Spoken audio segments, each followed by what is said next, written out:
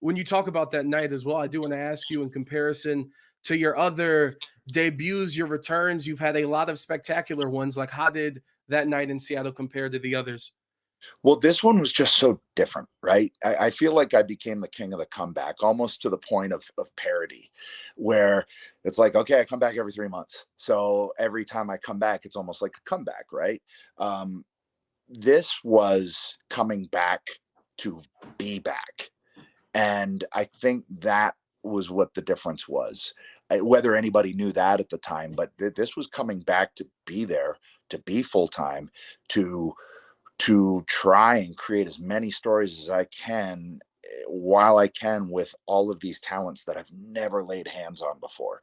You know, that night was the first night I shared a ring with Darby, first night I shared a ring with Luchasaurus, first night I shared a ring with Nick Wayne, with Sting, all in my debut.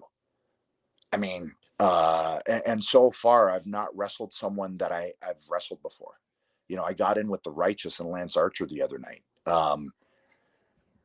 That's fun. You know, I'm in there with all of these different characters, and that's, I don't know, it's just exciting, man. You know, at 50 years old, at this stage of my career, to have a wide open blank slate in front of me, I think anyone who's truly really involved in the creative process and also really still loves what they do exactly the same thing I did.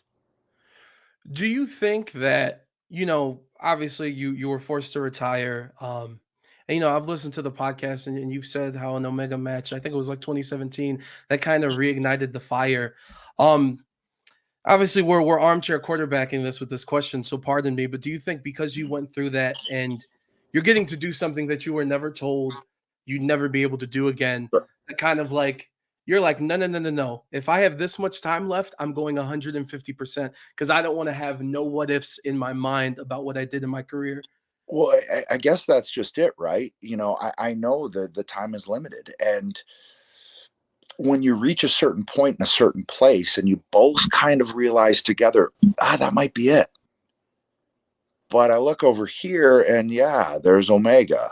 And yeah, there's Okada occasionally, who was the other guy involved in that match that I was like, whoa, okay. Um, there's just so many different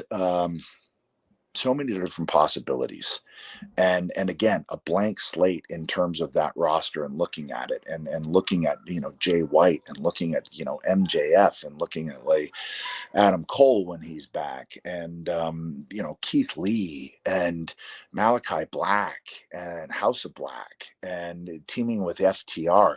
Dude, I just told you like 3 years worth of programming just in the names I've mentioned alone, and I've touched Facts. none of them. And I've touched none of them.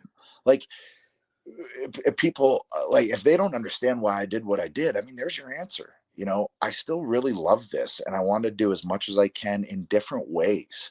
That's one thing I've always appreciated about with Chris Jericho, is he doesn't do what he's supposed to do. He does what he thinks is going to be challenging and different, and stimulating as a performer.